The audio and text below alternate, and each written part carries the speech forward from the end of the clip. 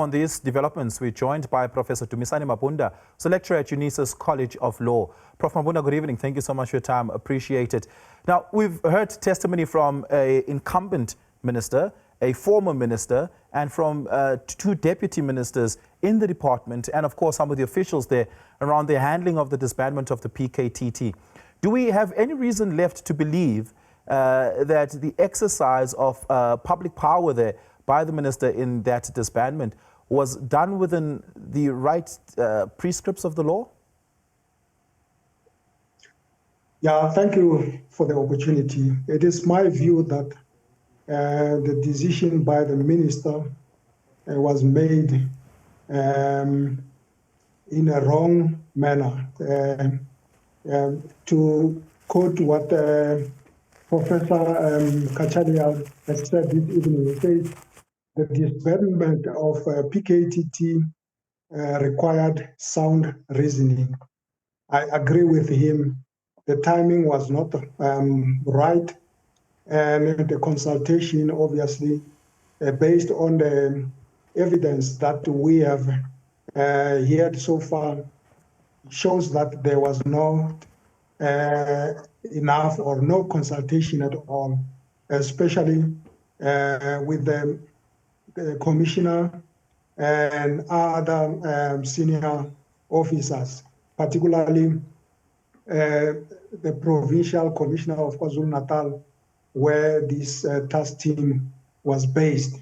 But as we all know, that it had moved to other provinces as well.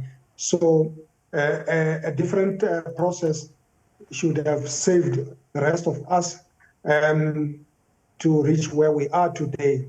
So hopefully this era of judgment will be recorded when it comes to the recommendations by both Madlanga Commission and the ad hoc committee. Yeah, there's the one question on, at least the first question, which is, does the minister and did the minister have the powers to make the decision and give the directive that he had? And then secondly, did he do so correctly? That is to say, did he follow the right procedure? And you spoke there to procedure. How important is consultation in the exercise of public power?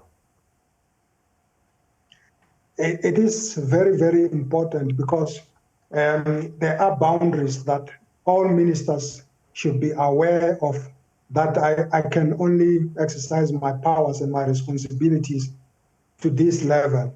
So consultation doesn't indicate weakness, but when you want to show that you are powerful, you may ignore the aspect of consulting. I think that borders on dictatorship, because you understand that you're working with a team. When I was listening to both the deputy ministers, where we all know that for the whole year they were not assigned responsibilities, meaning that the whole year was spent while they were trying to teach the minister how to deal with things. That is a concern for all of us, because we don't have time to waste while you're teaching a minister to do his work. So, but also it is an opportunity going forward that Prof, roles will be clearly defined so that we don't step in other areas where we're not supposed to be. Yeah, incompetence is not always illegal, right? You can be incompetent but still be on the right side of the law.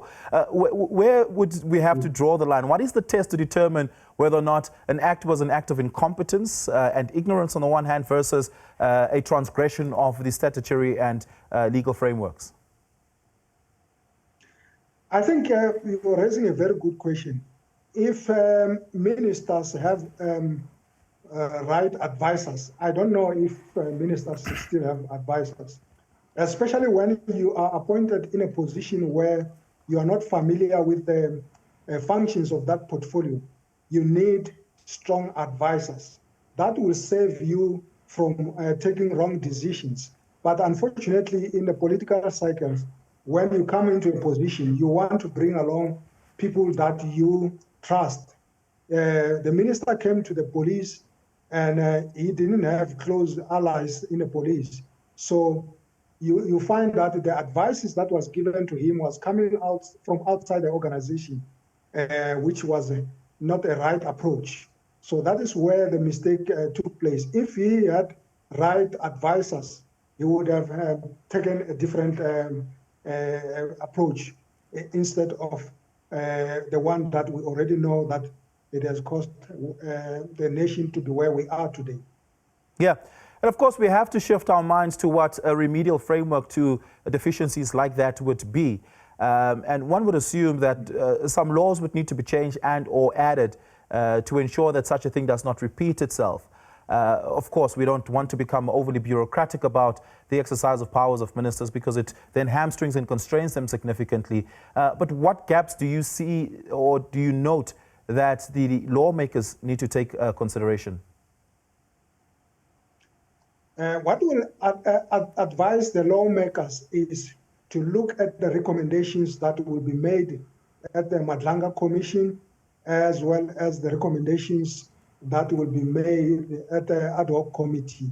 That will be a basis for lawmakers to make sure that the gaps are closed, and to also come with clearly defined roles, especially at strategic positions, so that in future we don't find ourselves in similar situations where a decision, yes, as a minister, you have the right to make decisions. Some of the decisions are unpopular, but if you can be convinced that this is done within the frameworks of the law, and I've read the policies and everything allows me to do what I do, then future ministers will be in a safe space. They will be able to serve their term.